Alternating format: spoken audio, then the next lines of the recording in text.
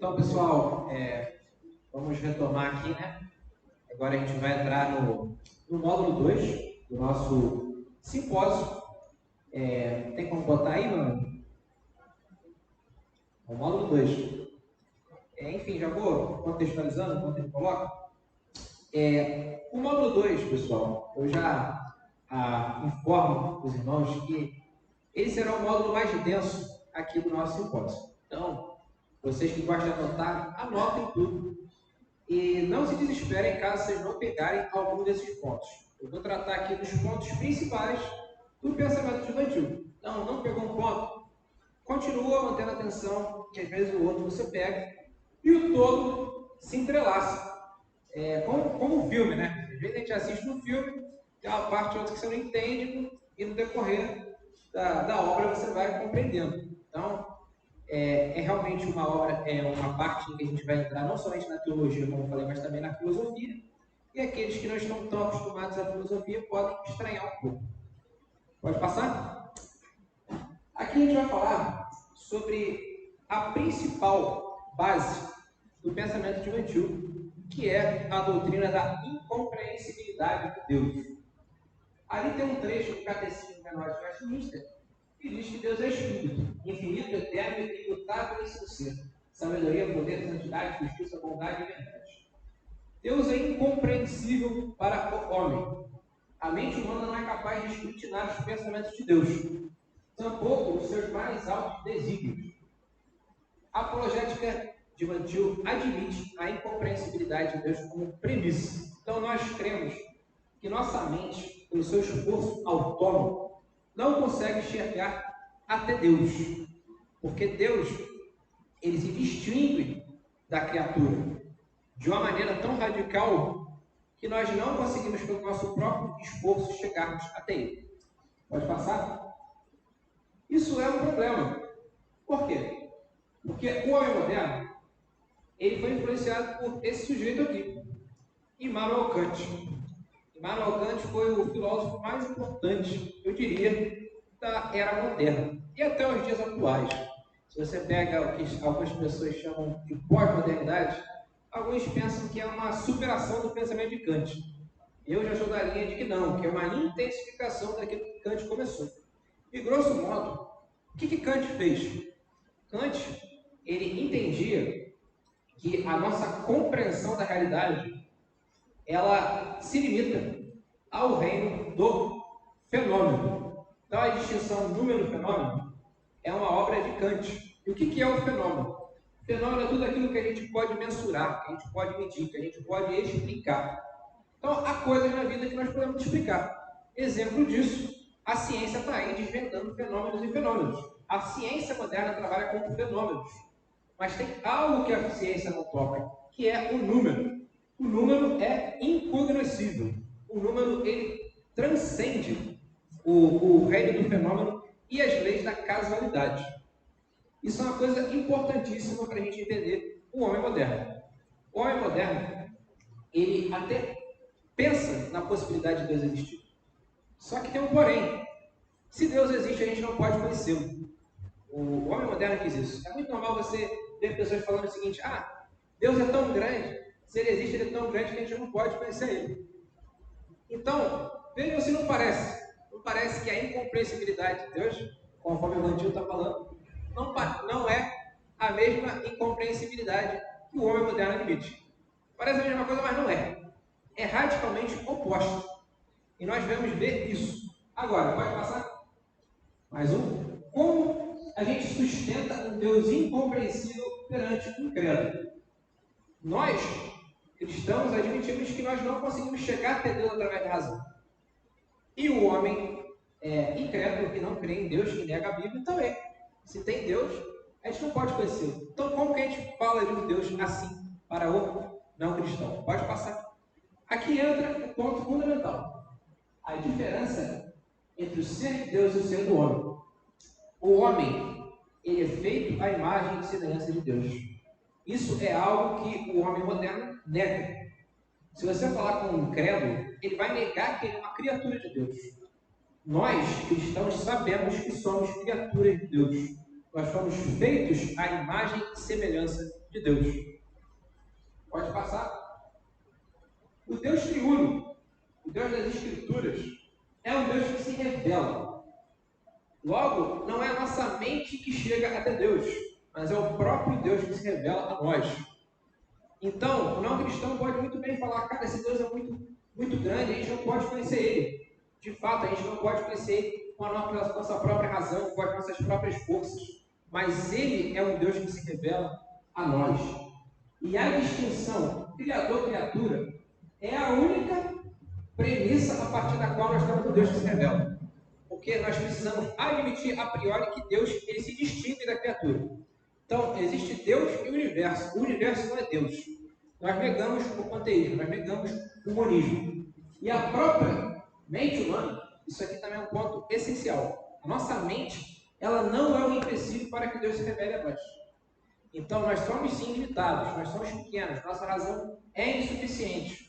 No entanto, na nossa limitação, nós não estamos hermeticamente separados de Deus de tal maneira que Ele não possa se revelar a nós.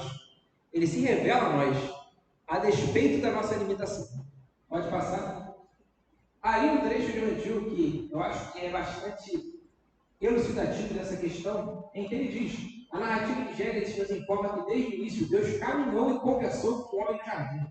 A razão humana, portanto, nunca funcionou adequadamente, nunca e não poderia funcionar adequadamente, exceto em uma relação autoconsciente com essa revelação sobrenatural.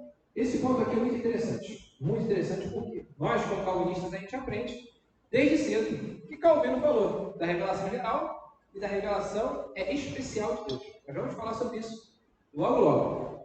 Mas algumas pessoas corretamente dizem que o homem ímpio ele é condenado pela revelação natural. Então nós vivemos num mundo em que Deus está se revelando a todo momento. E o não cristão, ele suprime esse conhecimento. Como o apóstolo Paulo fala em Romanos 1.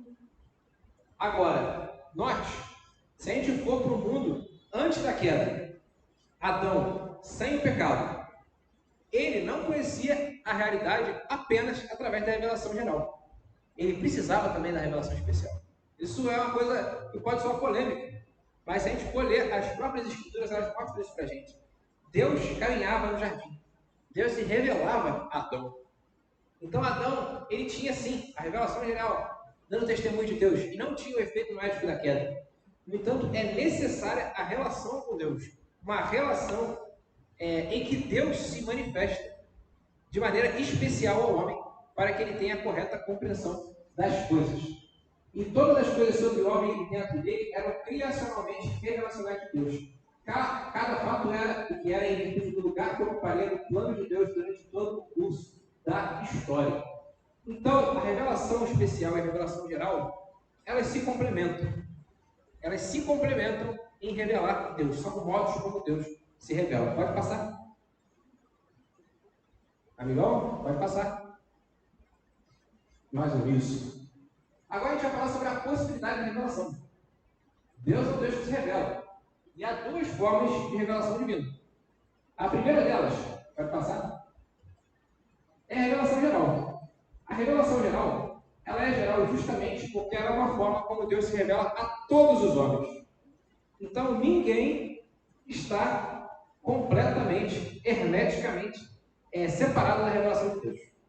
Então, ninguém vai poder chegar no juízo final e falar, eu não sabia. Isso é uma coisa que a fé calvinista estabelece de forma muito clara. A revelação geral é dada a todos os homens, sejam eles cristãos, sejam eles não cristãos. Romanos 1, de novo, volta a mencionar, fala disso, que os atributos de Deus são comunicados a partir da criação, e o homem caído, ele suprime esse conhecimento de Deus. E como que essa revelação geral ela se manifesta? Pode passar. Ela abrange a criação e a ordem natural. Calvino diz nas Institutas, ele diz que quando você olha para os astros, você olha para a harmonia do universo, você olha para a beleza da criação, você olha para a beleza do corpo humano, para a harmonia do corpo humano, tudo isso dá testemunho de Deus. É a revelação geral de Deus. Mais um. A gente vê a lógica. A lógica, ela revela Deus. Porque lógica é consistência. Deus é o fundamento de toda a consistência.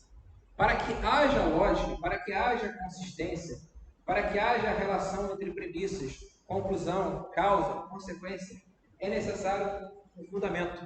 E esse fundamento é Deus. Pode passar mais um? A gente vê também a revelação geral de Deus através das leis morais. Nenhum povo é totalmente desprovido de uma moral, de leis. E o fundamento disso é qual? Qual o fundamento de você dizer que uma coisa é errada e outra é certa? É o próprio Deus. Por que matar é errado? Por que estuprar? Por que roubar é errado? Todo povo sabe disso. E o fundamento disso está em um Deus que estabeleceu esse padrão. Mais um. A consciência, a própria consciência humana, ela é revelacional de Deus. O próprio fato de você se reconhecer como alguém, como um eu, que se relaciona com outros eus, já é revelacional de Deus. Já mostra que é possível uma relação entre pessoas. Isso dá, inclusive, revelação de Deus pessoal. Porque como a pessoalidade surge da impessoalidade, isso é um contrassenso. Então nós vemos na própria consciência humana uma revelação de Deus. Mas isso aqui, para a gente fechar, a inquietação espiritual. Há outros exemplos, aqui eu trouxe apenas alguns. É aquela coisa de você entender que você precisa de algo mais, de algo maior. Você entender que você está separado, você se encontra num estado de alienação. Essa inquietação espiritual das pessoas é também revelacional de que há algo a preencher esse espaço. Essa é a revelação geral de Deus. Pode passar? Agora, outro aspecto que eu já esqueci. Isso aqui é muito importante também, o tio fala muito sobre isso. É a ira de Deus. A ira de Deus é a revelação natural. Então, para a gente ver a destruição do homem, nós vemos guerras, nós vemos terremotos, grandes catástrofes. Isso tudo acontece não no acaso. Nada acontece por acaso. Tudo acontece conforme a vontade de Deus. Se a gente for ler as Escrituras, o que acontece com o povo de Israel quando ele pecava? Deus ia e julgava. Deus mandava peste, Deus mandava guerra, Deus mandava exílio. Isso é a manifestação da ira de Deus. E as Escrituras falam que a ira de Deus se manifesta sobre os filhos da desobediência. Então nós temos os filhos da ira, que são desobedientes a Deus, e os filhos de Deus por adoção. Então a ira de Deus é revelacional de Deus. Ela revela a Deus de maneira geral, porque ela é manifesta tanto sobre o cristão quanto sobre o ímpio. Deus pune outras nações. Deus pune a Babilônia, Egito, a Síria. Se você for ler os profetas, você vai ver isso. Então, todos esses aspectos aqui elencados são revelação geral de Deus para todos os homens, sejam cristãos ou não. Pode passar? Agora, existe um outro tipo de revelação, que é a revelação especial. Que é uma revelação que Deus revela a alguns indivíduos apenas, não a todos. E ela se manifesta de algumas maneiras. Pode passar? A primeira é a teofania. Nós vemos nas Escrituras, no Antigo Testamento, Deus aparecendo literalmente para algumas pessoas em específico. É um fenômeno em que o próprio Deus se manifesta, na figura de anjos, na figura de aparições, entre outros. Mais um, a profecia. A profecia, quando Deus fala a partir de alguém, isso é revelação especial de Deus. Isso não é uma coisa que todas as pessoas recebem, mas apenas algumas. Então, a revelação especial, como a própria natureza do termo diz, ela é específica. Ela não é geral, ela é para alguns. Mais um, nós vemos os milagres. E aqui, nós temos uma atuação direta de Deus no mundo, no cosmos, ou na vida de alguém em específico. O milagre é uma revelação especial de Deus. E Deus vem e revela a alguns. Nem todo mundo presencia o milagre, nem todo mundo vê o milagre. E o milagre é algo que acontece de maneira frequente nas Escrituras Sagradas também. Pode passar? Nós temos também Cristo como palavra encarnada. Enquanto Cristo esteve entre nós, ele foi a palavra de Deus encarnada, foi o Logos de Deus encarnado. E ele é revelação especial de Deus também. Pode passar? E a obra do Espírito Santo. A obra do Espírito Santo que efetua a regeneração, que nos restabelece nossa relação com Deus. ela é a revelação especial de Deus. Esse ponto é bem conhecido, né? Nós nos convertemos, nós somos convertidos, na verdade, né, a partir de uma obra do Espírito Santo. E isso não é para todos, é apenas para alguns, conforme os decretos e a vontade de Deus. Pode passar? E a revelação direta dos apóstolos, aos profetas, a partir do que as escrituras foram escritas, isso é a revelação especial de Deus. Então a gente vê uma revelação que ela é, como falei, específica. Nós precisamos compreender a diferença entre as duas para fazer apologética evangeliana. Próximo slide. Agora a gente vai falar, dito tudo isso que abordamos sobre revelação, sobre a incompreensibilidade de Deus, sobre sobre a questão dos fundamentos, né, do pensamento, da lógica, de tantas outras coisas, como que se dá o conhecimento de Deus e como que se dá o conhecimento do homem. Isso é uma coisa que Vantil ele trabalha extensivamente também nas suas obras. Deus ele conhece de uma determinada forma e o homem conhece de outra forma. Há a distinção criador-criatura. Então, o homem não é Deus. O homem é criado à imagem e semelhança de Deus. Portanto, existe uma diferença entre o homem e Deus. E a gente vai começar falando sobre como que Deus conhece as coisas. O conhecimento de Deus é, antes de mais nada, um conhecimento ativo. O que significa esse termo? Conhecimento ativo. Vou explicar. Quando você conhece algo, como nós, seres humanos, conhecemos algo, esse conhecimento nos afeta. Então, exemplo, eu conheço um copo. O copo me afeta. Eu não sou o mesmo depois que eu conheço o copo. Parece uma coisa ordinária, né? Mas é real. Nós, seres humanos, quando nós conhecemos algo, esse algo nos afeta. Então, nosso conhecimento é um conhecimento passivo. Nós sofremos os efeitos do conhecimento. Deus não. Deus, quando Ele conhece, Ele não sofre os efeitos do seu conhecimento. Porque o conhecimento de Deus em si presta bastante atenção. Ele é a própria realidade das coisas. Deus, Ele conhece, sendo Criador, sendo infinito, sendo onisciente. Portanto, o conhecimento dele não é afetado por aquilo que ele conhece. Outro elemento. Ele é empreendido em um único ato. Deus não passa por um processo de conhecimento. Deus ele conhece todas as coisas num único ato. Em termos filosóficos, isso significa não há processo de conhecimento dentro da pessoa de Deus. Quando você lê um livro, usando aqui o exemplo da ordinariedade do reino da criatura, você vai lendo e vai conhecendo progressivamente. Deus não conhece as coisas progressivamente. Ele conhece tudo num único ato, de maneira completa e exaustiva. Próximo. O conhecimento de Deus ele não está condicionado pelo tempo. Então, hoje eu conheço algo, amanhã eu conheço outra coisa, e depois de amanhã outra coisa. O conhecimento de Deus não é assim. Ele é eterno. Esse é um ponto aqui complexo, tá, gente? Eu vou elencar só para título de curiosidade, né? Eu não tenho nem como entrar em tanta complexidade aqui. Mas algumas pessoas acham que Deus, ele estava no princípio, ele era no princípio, e em determinado momento ele decidiu criar. Ele estava sem o que fazer e decidiu criar. Isso está errado, gente. Porque o conhecimento de Deus é eterno. Deus ele tem um conhecimento eterno. O conhecimento que Deus tem da criação é eterno.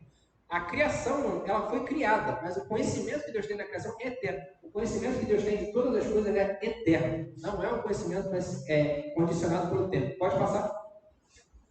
O conhecimento de Deus é exaustivo. Ele conhece a realidade de maneira plena, perfeita e absoluta. E por fim, mais um. O conhecimento de Deus é unívoco. O que significa conhecimento unívoco? Conhecimento unívoco é o conhecimento que se dá a partir daquele que conhece como ponto de predicação. Esse é um ponto também muito importante. Quando você conhece algo, você conhece esse algo por quê? Por exemplo, eu conheço esse copo por quê? Immanuel Kant deu uma resposta para isso. Sabia, gente? Immanuel Kant deu uma resposta. Para Kant, eu conheço algo porque eu sou o fundamento a partir do qual esse algo é compreendido. Então, quando Kant fala de número do fenômeno, eu submeto ao reino do fenômeno a partir do meu próprio eu, que está no reino do número. Então, Immanuel Kant ele colocou o próprio homem na posição de Deus. Porque para Kant, é a mente humana que organiza a realidade tal como ela é. A realidade em si ela é uma coisa incognoscível, ela é uma coisa caótica. E Deus em si é algo incognoscível. É a nossa mente que confere ordem e organiza todas as coisas. Para Vantil, é Deus que faz isso. É Deus que estabelece ordem sobre todas as coisas, estabelece sentido sobre todas as coisas, e Ele conhece a partir de si próprio, porque Ele é Deus, Ele é pleno, Ele é perfeito, Ele é santo. Agora a gente vai entrar no conhecimento do homem. Pode passar? Como que o homem conhece? Esse ponto aqui é fundamental, irmãos. Primeiro ponto, o conhecimento do homem é um conhecimento passivo. Então, eu conheço algo, eu sou afetado por aquele algo. Aquele algo exerce algo sobre mim, né? Exerce alguma influência, algum efeito sobre mim. Pode passar.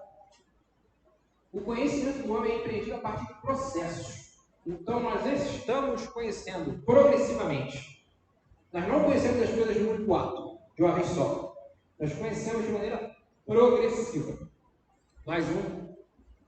O conhecimento do homem é temporal, ele se dá no tempo. Nós conhecemos inseridos numa esfera temporal. Mais um. O conhecimento do homem é limitado. Uma vez que o homem é uma criatura, ele não é Deus, ele não tem um conhecimento exaustivo das coisas. Ele tem um conhecimento limitado. Isso é uma coisa que, algumas pessoas às vezes fazem confusão, né? Acham que o conhecimento do homem, ele tem condições de abarcar a realidade como um todo, e não tem. Né? Justamente porque o homem é finito. A mente humana não comporta conhecer todas as coisas de maneira exaustiva, de maneira plena. E, por fim, o conhecimento do homem é analógico. O que significa conhecimento analógico? E aqui, para aqueles que já estudaram a filosofia de Tomás de Aquino, não tem nada a ver com Tomás de Aquino. Tomás de Aquino sustentou o conhecimento analógico à luz da analogia dos entes. Né? E Cornélio de Vantil não admite a analogia dos entes. Ele acredita que o conhecimento analógico ele se dá após o conhecimento de Deus. Então, Deus conhece as coisas e nós conhecemos após Deus. Então, Deus, por exemplo, sabe o que é uma árvore? Eu conheço o que é uma árvore. É possível que eu conheça uma árvore, uma vez que Deus conhece o que é uma árvore, sendo nós imagem e semelhança de Deus. Ponto que nós vamos ver mais elaborado assim. Pode passar? Outra coisa importante para a gente fazer a apologética, a maneira de Vantil, é a antítese. O que é a antítese? O conceito de antítese ele foi desenvolvido pelo pensamento neocalvinista holandês, e um cara que foi expressivo nisso foi Abraham Kuyper. Abraham Kuyper sustentava que existe uma diferença no modo de pensar entre o cristão e o não cristão. E mais, Kuyper percebe que na história da civilização ocidental sempre existiu um princípio cristão e um princípio não cristão. E eles conflitam entre si. Vantil admite a antítese. Logo, ele compactua com a ideia de que a queda possui efeitos noéticos.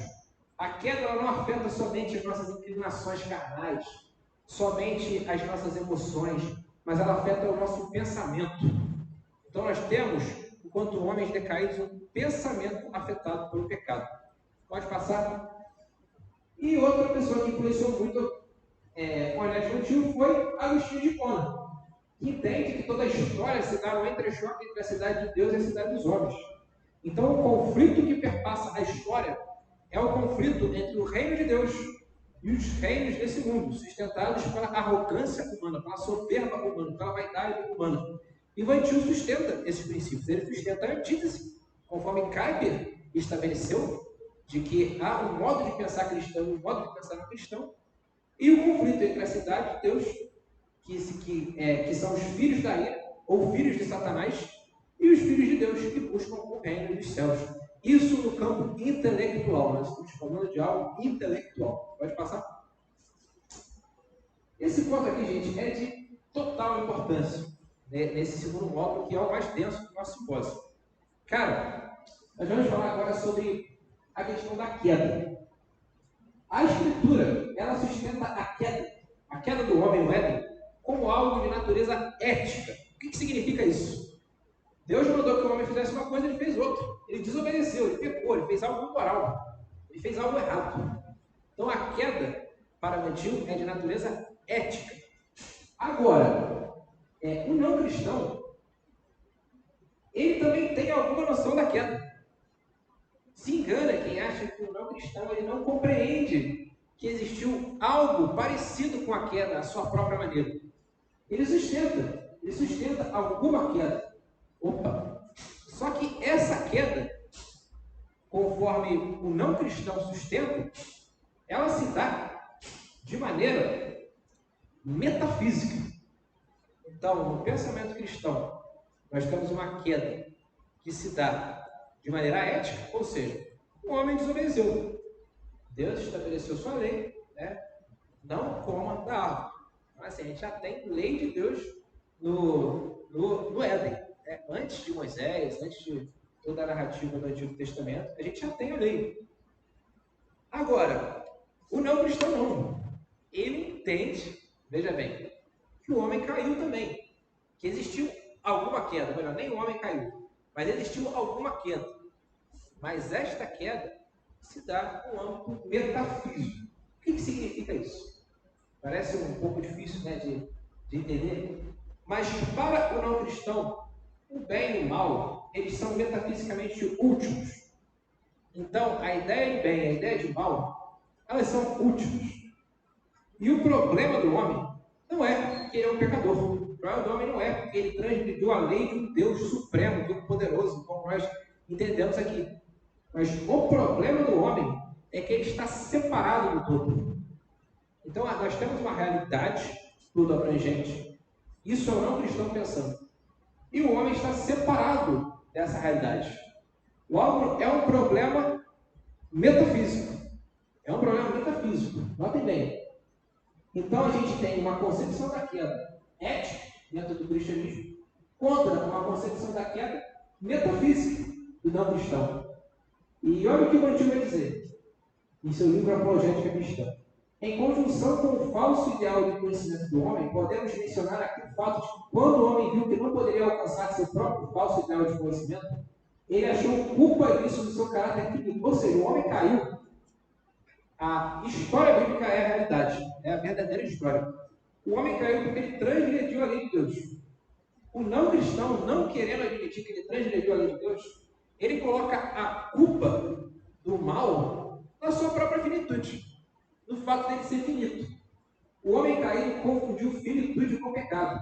Aqui misturou aspectos metafísicos e éticos da realidade. Então existe uma confusão por parte do não cristão. E como que isso se manifesta na prática, galera?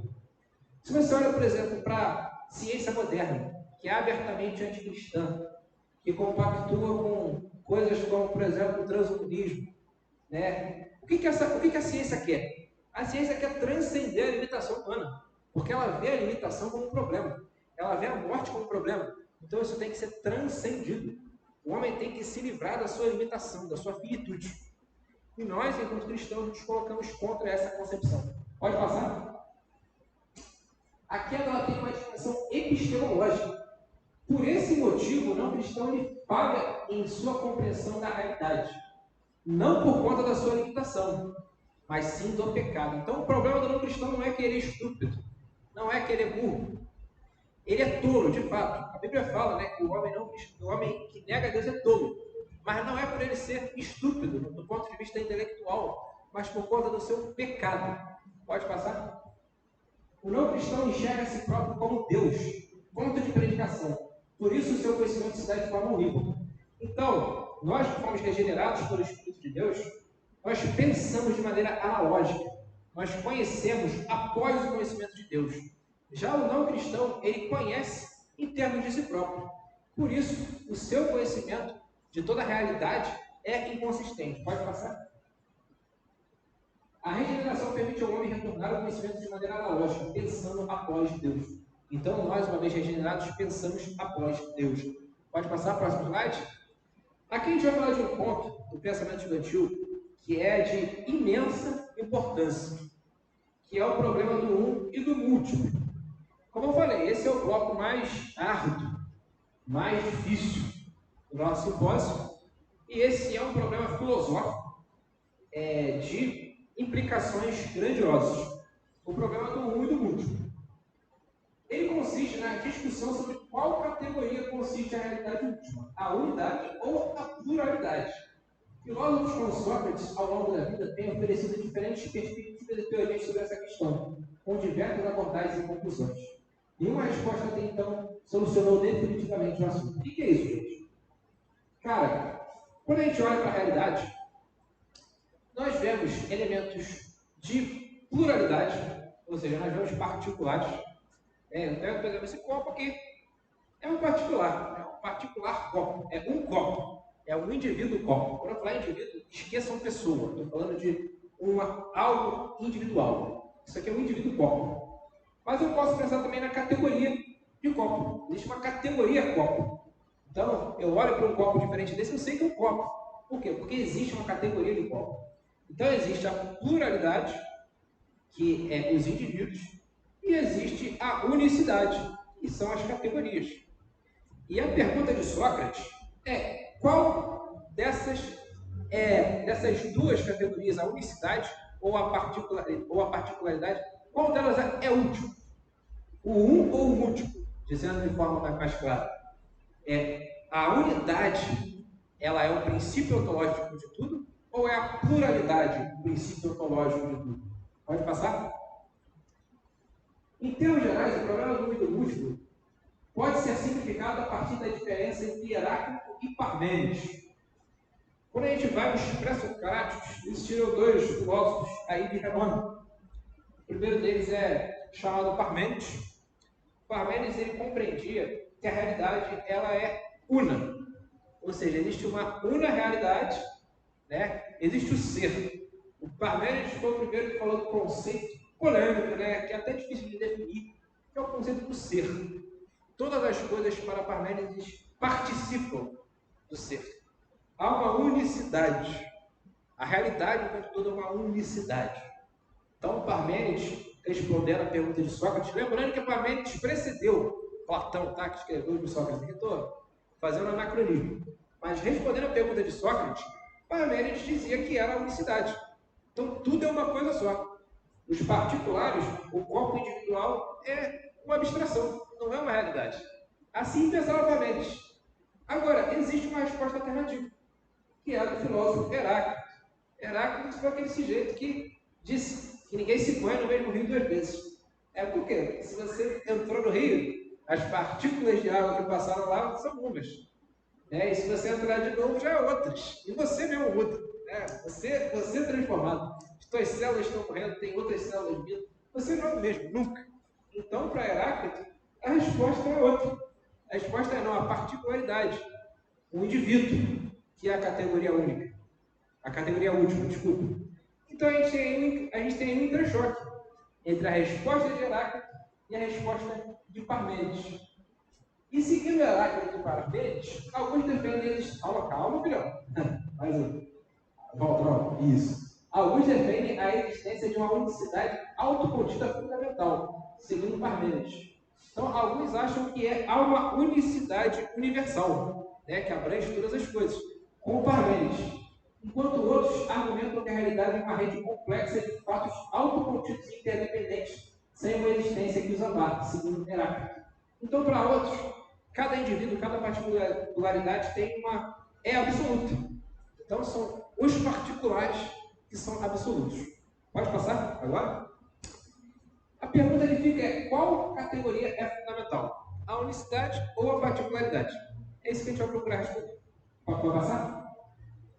Para fins de simplificação, vamos nos deter no seguinte problema: como conhecer um cão? Aí eu botei a foto de um cão, né? Há em cima duas respostas possíveis por parte das abordagens convencionais. A primeira resposta é a seguinte: eu estou fazendo a pergunta de como que a gente conhece um cão. A primeira resposta é a seguinte: cara, eu já vi vários cães. Eu já vi os chihuahuas, os rottweilers, já vi vira-lata, já vi uma pancada de cão. Então, a partir dos particulares cães, o que eu fiz? Com a minha mente, eu cheguei a um universal cão. E isso é um cão, entendeu? Cão é o universal cão que eu concebi a partir dos cães que eu já vi. É uma resposta. E a outra resposta é a partir de um cão arquetipal. Isso aqui é a resposta do pensamento que está mais alinhado com a resposta de Parmênides, ou seja, existe uma categoria universal de cão, existe um cão arquetipal, que é um modelo de cão a partir do qual você conhece. Você olha para um cão e você sabe, não, isso é um cão, eu tenho um modelo. E esse modelo, gente, não é simplesmente você entrar no dicionário, pega o dicionário e lê cão, animal de quatro patas, focinho, dócil, não. É algo puramente abstrato mesmo. Você tem um universal cão, e a partir desse modelo de cão, vários animais se encaixam e você chama ele de cão. É a outra resposta. Nós temos duas respostas. Agora, quais delas está certa? Pode passar? Pode passar? Isso. Ambas as respostas apresentam uma falha. A primeira resposta é a seguinte: se eu falo que a partir de vários indivíduos cães, eu tomo nota de uma singularidade entre eles e os chamo cães, ou seja, se eu vejo muitos cães, eu reparo que eles têm algo em comum, e eu crio uma categoria de cão, eu tenho um problema. Qual o problema? Eu falho em admitir um universal cão que abarque todos os indivíduos cães. Por esse motivo, a própria categoria cão perde seu sentido. Preste muita atenção nesse ponto. Não sei se vocês entenderam o meu problema. Cara, beleza, eu posso ver alguns cachorros e entender que existe um universal cachorro que eu saio aplicando para cachorros a meu bel prazer. No entanto, eu não conheço todos os cachorros do universo. Então, existem cachorros que eu não conheço. Como que eu sei que um cachorro é um cachorro apenas a partir do particular? Eu não sei. Entendeu? Existem milhões, bilhões talvez de cachorros que já existiram na história humana e eu não conheço todos, para poder dizer que eu conheço um universal de cão. Então a primeira resposta é inconsistente. A segunda, pode passar? A segunda é a resposta do cão arquetipal, em que você presume que existe um universal cão e você sai aplicando, né? Aplica em um, aplica em outro, aplica em outro, aplica em outro, tudo cão. Essa resposta também tem um problema. E qual que é o problema dessa resposta? Eu não consigo relacionar o meu universal com todos os indivíduos cães.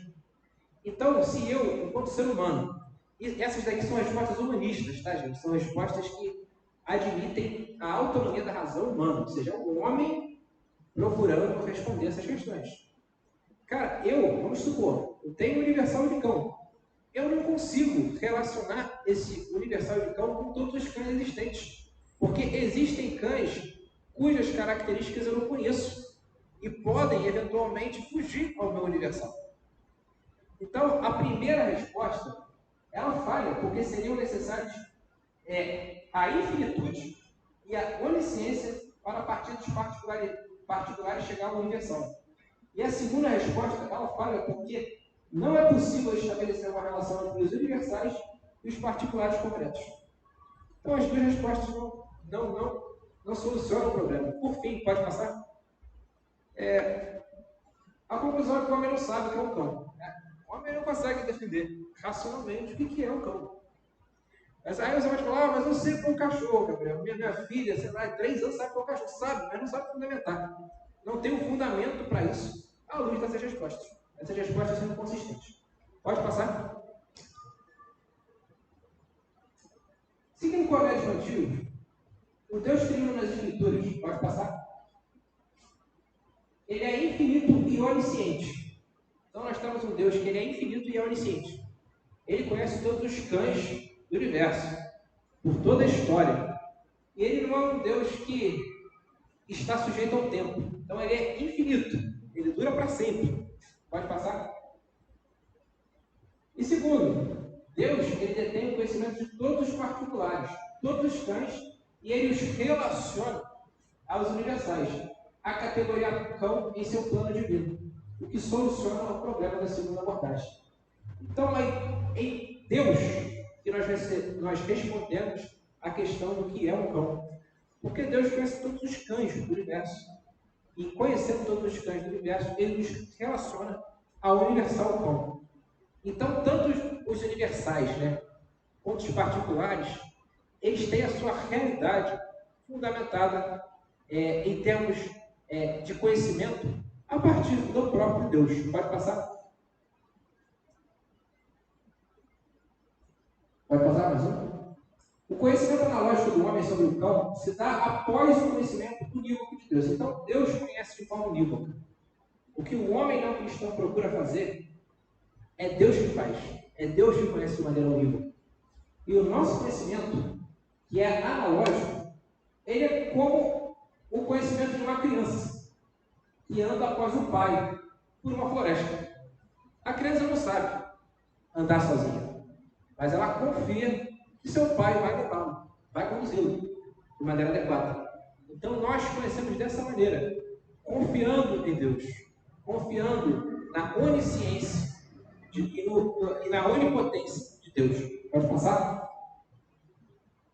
Apenas o cristão dessa forma é capaz de dizer de maneira consistente o que é o cão, reconhecendo o conhecimento arquetípico de Deus como base epistemológica. Então, é o conhecimento de Deus que é a base epistemológica do cristão, e não a sua própria ciência, não o seu próprio saber. Pode passar? A pergunta, no entanto, permanece. Qual categoria é mais fundamental? A unidade ou a pluralidade? A gente ainda não responde essa pergunta. Qual que é mais fundamental? A gente já entendeu o que é Deus e tal, mas qual que é a categoria fundamental? Essa pergunta que você responde. Pode passar? A resposta, à luz de uma cosmovisão cristã consistente, é ambas. Tanto a unicidade, quanto a multiplicidade, ou tanto a unidade, quanto a pluralidade, elas são igualmente últimas. E essa resposta se concentra na trindade ontológica. Então, Deus é ser. Deus é uma essência em três pessoas. Ele é um e é três. É o único ser que a gente pode afirmar que é um e é três. E ele é o fundamento ontológico de toda a realidade. Então, no ser de Deus, nós temos unidade e nós temos pluralidade. Portanto, ambas são últimas. São últimas como? No próprio Deus. Pode passar. Aqui uma frase do Rosduri que diz: todo o corpo dos Espíritos de Antigo é dado ao desenvolvimento deste conceito da trindade ontológica e suas implicações filosóficas. Então, o pensamento do Antigo é um desdobramento dessa concepção. Eu vejo, às vezes, quando algumas pessoas falam, mas o pressuposicionalismo você poderia utilizar ele com qualquer religião. Eu posso ser um islâmico e dizer que não, é o Corão, se não tiver no Corão não está certo. Mentira, não pode. Porque o Deus islâmico não satisfaz esse problema, que o Deus da Bíblia satisfaz. Então, a abordagem pressuposicionalista do Antigo é a parte da admissão de que o Deus triuno revelado nas Escrituras é o fundamento ontológico da realidade. Pode passar? Calma. Aí, gente, a gente encerra esse bloco. Procurei ser o mais claro possível. Sei que alguns pontos aqui são extremamente áridos, mas após um breve intervalo, reverendo, a gente vai para o terceiro bloco, onde a gente vai falar sobre como que as Escrituras elas têm o seu lugar na apologética de